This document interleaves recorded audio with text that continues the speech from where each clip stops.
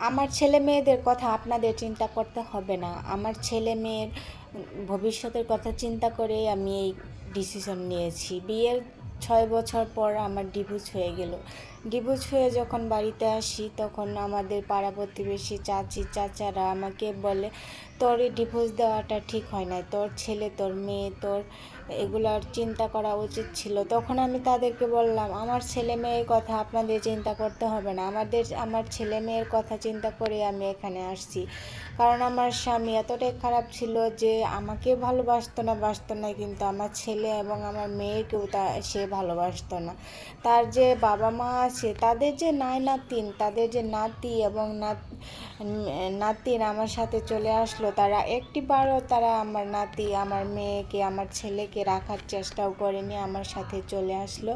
তাই বলছি, আমার ছেলে মেয়ের চিন্তা আমি করব, কাউকে আমার ছেলে মেয়ের চিন্তা করতে হবে না। আসলে অনেকে বলে যে ডিভোর্সের পর বাবার বাড়িতে আসলে নাকি ঠাঁই হয় না, জায়গা হয় না। এই কথাটা একদম উল্টো। কারণ হচ্ছে সবার বাবা মা এক হয় না, আর সবার ছেলে মেয়েও এক হয় না। আমি এসেছি আমার ছেলে মেয়ের কথা চিন্তা করে। আমার বাবা মা ভাই বোন সবাই ভালো করে জানে যে আমার ওই সংসারটা ওখানে টিকবে না, তাই আমি এখনই চলে আসলাম। আমার মেয়ের বয়স হচ্ছে 2 বছর, ছেলের বয়স হচ্ছে 5 বছর। আমি সংসার করেছি 6 বছর। এই সংসার জীবনে অনেক কষ্ট, অনেক কিছু হয়ে গেছে আমার সংসারে শুরুতে এত কষ্ট ছিল না। সংসারে শুরুতে ভালোই ছিলাম। আমার ছেলেটা যখন হলো, আমার ছেলে হওয়ার পর থেকে আমার সংসারে অশান্তি লেগেই থাকতো। আমার শ্বশুর শাশুড়ি সবাই আমাকে সহ্যই করতে পারতো না। বাড়ির সকল কাজ আমাকে দিয়ে করাইতো, আমিও চুপচাপ বাড়ির সকল কাজই করতাম। সকল কাজ করার পরে আমার শ্বশুর শাশুড়ির অবহেলা আমি মেনে নিতে পারছি, কিন্তু আমার স্বামী যখন আমাকে অবহেলা করতো তখন আমি কিছুতেই মেনে নিতে পারতাম না।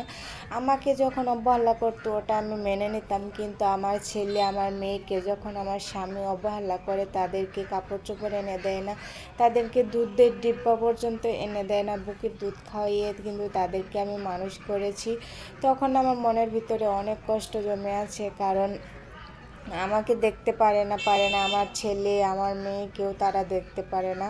আমার মেয়ের জন্য কোনো কেনাকাটা করে দেয় না, আমার ছেলের জন্য কোনো কেনাকাটা করে দেয় না। সেজন্য কিন্তু আমি সেখান থেকে আসতে বাধ্য হয়েছি, কারণ আমার অবহেলা সহ্য করতাম আমি মরার আগ পর্যন্ত সে বাড়িতে পড়ে থাকতাম যদি আমার ছেলে মেয়ের অবহেলা না হতো।